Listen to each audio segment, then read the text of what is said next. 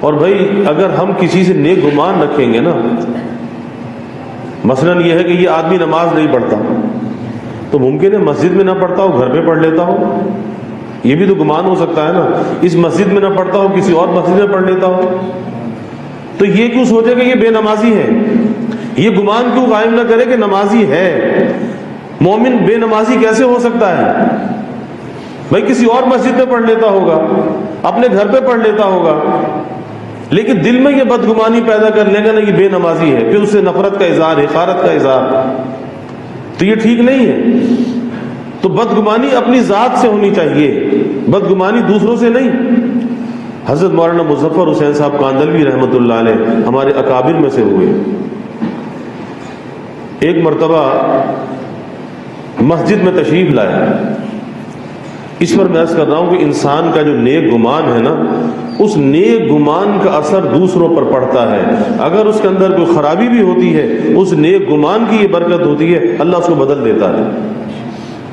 اور اگر بدگمانی کی، اس کا اظہار کر دیا، وہ دوسرا اور ضد کے اندر آ جاتا ہے کہ اچھا اب تو یہ کام اور زیادہ کروں گا۔ یہ بدگمانی کی ظلمت ہوتی ہے۔ تو مولانا مظفر حسین صاحب کاندلوی رحمۃ اللہ علیہ مسجد میں تشریف لائے، دیکھا کہ مؤذن ایک نوجوان کو ڈانٹ رہا ہے۔ کہتا شرم نہیں آتی؟ مسجد میں نہانے کے لیے آ جاتے ہو، مسجد کے گھڑے توڑ دیتے ہو، نماز تو تم پڑھتے نہیں ہو، مسجد میں نماز پڑھتے موت آتی ہے، نہانے کے لیے مسجد میں آتے ہو۔ دیکھا کہ مؤذن تو بڑی نفرت سے، حقارت سے اسے ڈانٹ رہا ہے۔ پوچھا کہ بھائی بات کیا ہے، بات تو بتا۔ کہتا جی روز یہ نہانے کے لیے مسجد میں آ جاتا ہے، پہلوانی کرتا ہے، کثرت کرتا ہے، ایکسرسائز، تو نہانے مسجد میں آتا ہے، نماز پڑھتا نہیں ہے۔ اب حضرت نے فرمایا، مؤذن کو ڈانٹا، فرمایا کہ ارے کیا یہ تجھے دکھا کے نماز پڑھے گا کہ میں نماز پڑھتا ہوں؟ یہ اتنا سجیلا نوجوان ہے، کیسے ہو سکتا ہے کہ یہ نماز نہ پڑھتا ہو؟ کیسے ہو سکتا ہے کہ یہ نماز نہ پڑھتا ہو؟ چل جا اپنا کام کر۔ مؤذن کو ڈانٹا اور پھر اس نوجوان سے پوچھا کہ بھائی کیا کرتے ہو؟ کہتا جی پہلوانی کرتا ہوں، کشتی لڑتا ہوں۔ کہا اچھا کشتی میں کیا ہوتا ہے؟ کہا کہ جی دو آدمی، دو پہلوان آپس میں لڑتے ہیں، ایک دوسرے کو چت کر دیتا ہے، جس کو چت کر دیتا ہے وہ ہار جاتا ہے، اور جو چت کرتا ہے وہ جیت جاتا ہے۔ اچھا، تو فرمایا کہ بھائی ایک کشتی اگر ہم بتائیں وہ بھی کرو گے، وہ کشتی بھی لڑو گے؟ کہا جی آپ بتائیں، میرا تو کام ہی کشتی لڑنا ہے۔ تو کہا کہ ایک کشتی جو ہے نا وہ ہمارے نفس کے ساتھ ہے، ایک کشتی ہمارے نفس کے ساتھ ہے، کہ جب یہ نفس یہ نماز کا وقت ہو اور یہ نفس سستی کرے، کاہلی کرے، اس نفس سے کشتی کرنی ہے، اس کو شکست دینی ہے اور وقت پہ نماز پڑھنی ہے۔ جب کسی گناہ کا موقع ہو، نفس کہے کہ یہ گناہ کر لے، اب اس سے کشتی کرنی ہے، اسے شکست دینی ہے، وہ گناہ نہیں کرنا۔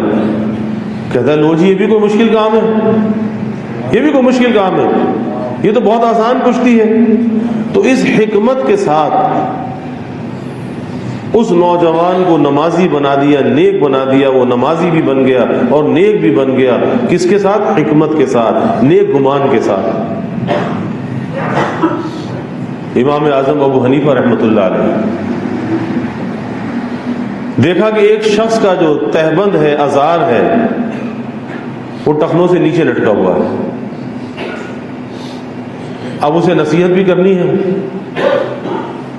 تو فرمایا اس نوجوان، اس کو بلایا، اس شخص کو اپنے پاس بلایا اور بلا کر کہا کہ بھائی میرا بدن ذرا بھاری ہے، تو کبھی میرا ازار جو ہے وہ ٹخنوں سے نیچے ہو جاتا ہے، تو تم ذرا دیکھ لو کہ میرا ازار ٹخنوں سے نیچے تو نہیں ہے۔ اس نے کہا حضرت آپ کا تو صحیح ہے، میرا غلط ہے، میں اپنی اصلاح کرتا ہوں، میں اپنے آپ کو درست کرتا ہوں۔ اب یہ کیا ہے؟ نیک گمان ہے، کسی بھائی مسلمان کی حقارت نہیں ہے۔ حضرات حسنین رضی اللہ عنہما، حضرت امام حسن، امام حسین رضی اللہ عنہ،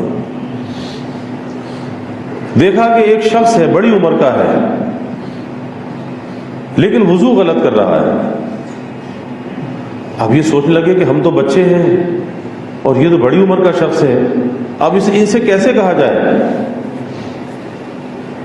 تو دونوں بھائیوں نے مشورہ کیا اور پھر اس شخص کے پاس گئے اور اس شخص سے جا کر کہا کہ بھائی ہم دونوں بھائیوں میں ایک چیز پر اختلاف ہو گیا ہے، اور وہ اختلاف یہ ہو گیا کہ میں کہتا ہوں کہ میرا وضو صحیح ہے اور یہ بھائی کہتا ہے کہ میرا وضو صحیح ہے، تو آپ چونکہ بڑے ہیں آپ ہم دونوں کا وضو دیکھ لیجئے، پھر جس کا وضو صحیح ہو آپ بتا دیجئے۔ اب دونوں نے وضو کیا، اس شخص نے کہا کہ بھائی تم دونوں کا وضو صحیح ہے، وضو تو میرا غلط ہے، مجھے اپنے وضو کی اصلاح کرنی چاہیے۔ یہ ہے حکمت، یہ ہے موعظۃ حسنہ، یہ ہے خلق خدا سے حسن ظن رکھنا۔ آج تو ہم رسوا کرنے لگتے ہیں، بات بات پر دوسروں کی عزتوں کو اچھالنے لگتے ہیں، یہ خیال نہیں کرتے کہ مسجد اللہ کا گھر ہے، ادھر بیٹھے تو اس کو پکڑ لیا، ادھر بیٹھے تو اس کو پکڑ لیا، تو سوچنا چاہیے۔ اور اگر آپ نے ابھی تک ہمارا چینل سبسکرائب نہیں کیا تو فوراً سبسکرائب کیجئے، ساتھ ہی بیل آئیکن پر کلک کریں تاکہ مزید آنے والی ویڈیو ہیں وہ آپ کو وقت پر ملتی رہیں۔ اللہ حافظ۔